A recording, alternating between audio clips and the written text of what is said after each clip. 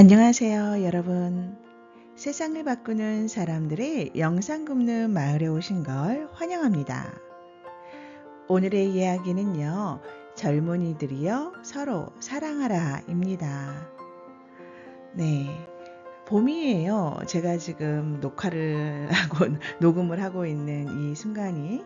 네, 이 녹음이 올라가는 거는 제가 볼 때는 한 5월 정도에 올라갈 것 같은데, 그래도 뭐 5월도 봄일 거니까, 네, 봄에는 많은 젊은이들이 네, 새로운 기운에 의해서 서로 사랑할 수 있는 좋은 시기인 것 같습니다. 사랑이라는 것을 빼놓고 나면은요, 우리가 인생을 살아갈 때 약간 맹맹하다라고도 이야기할 수 있는 것 같아요. 오늘의 낭독 시작하겠습니다. 젊은이들이여 서로 사랑하라. 전생의 원수는 지금 내 곁에 있는 배우자, 자식, 형제, 친구이다. 대자연의 법칙을 이야기하려면 먼저 대자연의 섭리를 깨달아야 한다. 지구상의 모든 생물은 암수로 이루어져 있다. 나무와 꽃도 암수가 있고 사람, 곤충, 동물들도 다 암수로 이루어져 있다. 왜 대자연은 생명이 있는 것들을 모두 암수 이렇게 만들었을까? 여기에는 서로 사랑하면서 살라는 조물주의 위대한 가르침이 들어있다. 이 지극하고 위대한 대자연의 섭리를 모르면 사랑이라는 대자연의 위대한 가르침을 받아들일 수가 없다. 남녀가 서로 만나서 사랑하고 아이를 낳는 것도 대자연의 섭리이다. 이것을 부정하면 세상을 살 이유가 없고 또한 가치도 없다. 그런데 어떤가? 요즘 젊은이들은 집이 없고 돈이 없어서 데이트를 하지 못하고 결혼도 하지 않는다고 한다. 핑계도 이런 핑계거리가 없다. 남녀가 사랑을 하지 않으니 아이가 태어날 리가 없다. 이것은 대자연의 섭리를 극도로 부정하는 것이다. 옛날 부모들은 그 어려운 형편 속에서도 많은 아이들을 낳아 잘 길렀다. 그 당사자가 바로 본인들이다. 부모들은 무슨 형편이 좋아서 그대들을 낳아서 평생 먹이고 입히고 공부를 시켜서 오늘날 당신들을 존재하게 했겠는가? 결혼을 하고 아이를 낳는 것은 그 자체만으로도 부모에게 효도하는 것이다. 결혼은 자신의 존재를 다시 태어나게 하는 일이다. 그럼 인간은 왜 부부라는 인연으로 만나 아이를 낳고 평생을 함께 살아가는 것일까? 이것은 불교에서 말하는 업과 인연법에 아주 밀접한 관계가 있다. 물론 나는 불교를 잘 모른다. 다만 내가 혼자 수행하면서 깨달은 것은 이 세상은 눈에 보이지 않는 인연법에 의해 이루어져 있다는 것이다. 그 중에는 전생의 원수도 있고 은인도 있다. 하지만 나의 관점으로 보면 전생의 은인은 곁에 오지 않고 원수만 온다는 것이다. 왜 그럴까?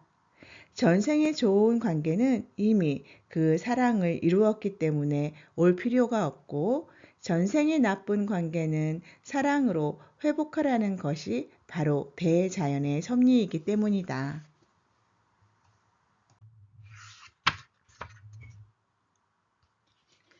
이런 관점에서 해석하면 전생의 원수는 지금 내 곁에 있는 배우자, 자식, 형제, 친구와 동료이다.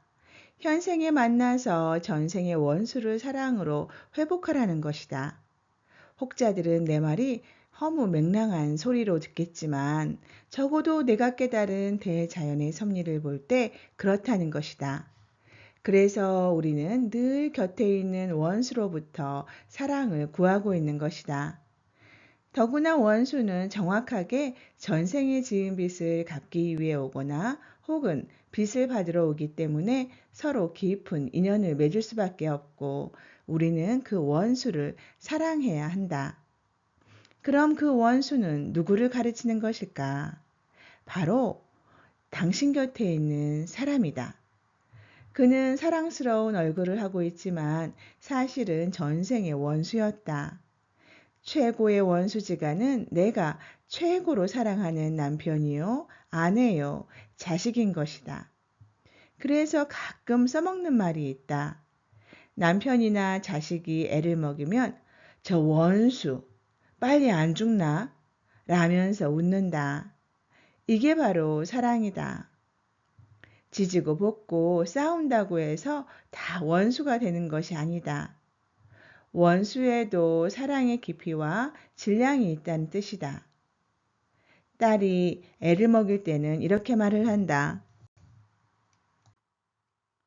어이구, 저놈의 가시나 빨리 시집이나 가지. 이게 다 곁에 있는 사랑스러운 원수들에게 하는 말이다. 얼마나 지극하고 사랑스러운 말인가. 그런데 그 원수들은 어떻게 곁에 다가올까? 남편이나 부인이 원수로 올 때는 눈에 콩깍지가 끼어서 잘 안 보이고, 자식으로 올 때는 피와 살을 섞어서 오고, 친구로 올 때는 좋아서 죽고 못 살 듯이 다가온다.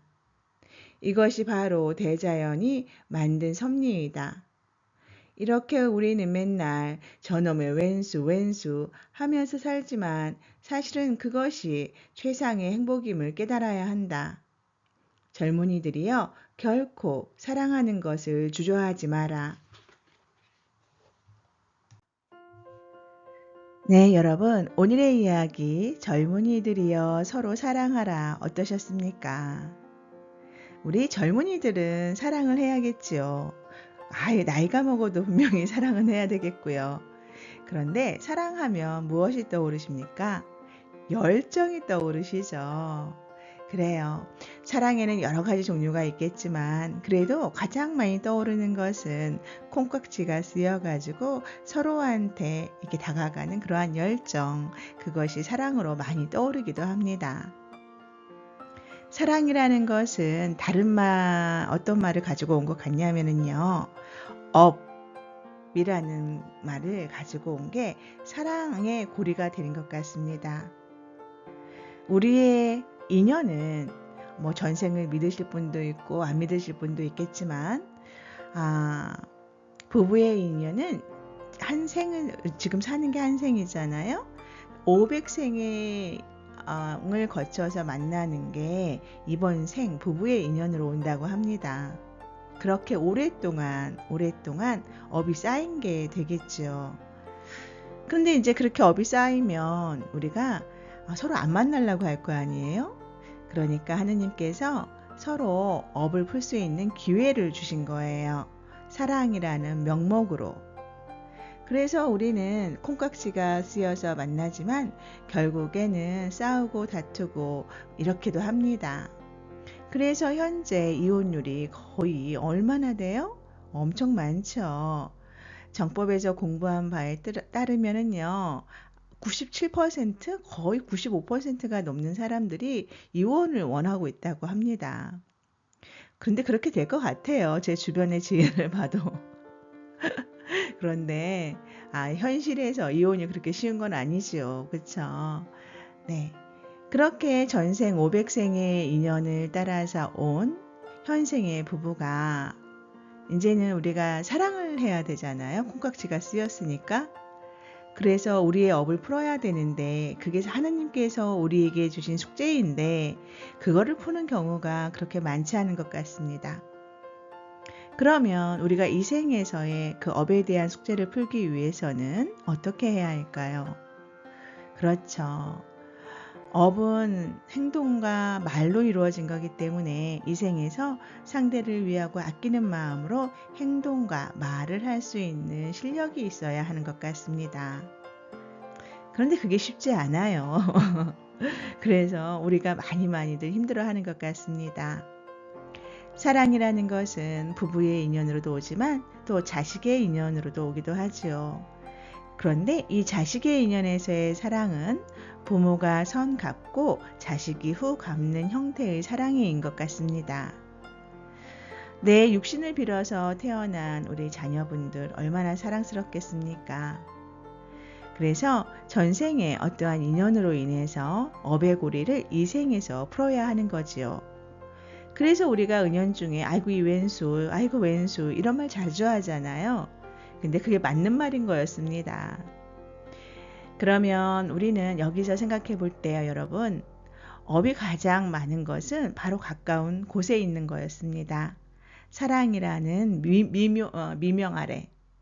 그래서 그 사랑할 수 있는 콩깍지가 있을 때 그때 우리가 서로 노력하고 아끼면서 우리의 행동과 마음으로 그 업을 풀어나가야 될 것 같아요. 쉽지는 않습니다. 네, 그렇기 때문에 우리는 사랑을 해야 합니다. 왜요? 우리의 업을 풀어야 하니까. 저는 이렇게 정법 공부를 하면서 받아들였습니다. 네, 여러분. 오늘의 책 소개 잠시 드리겠습니다. 통찰과 역설, 본질을 알면 모순이 보인다. 저자 천공, 발행처 마음서재입니다. 오늘의 이야기는요. 사부, 운명을 바꾸려면 좋은 인연을 만나라에서 가지고 왔습니다. 네, 사랑이라는 거 너무 좋죠. 몸이 건조한 삶에 활력도 되잖아요. 그죠? 하지만 진정한 사랑은 상대를 아끼고 위하는 마음으로 할 때 이루어질 수 있다라는 것을 우리가 꼭 명심해야 할 것 같습니다. 우리 한번 최선을 다해서 사랑해 보도록 해요, 여러분. 오늘도 정말 감사하고요. 즐겁고 기쁜 하루 만드세요.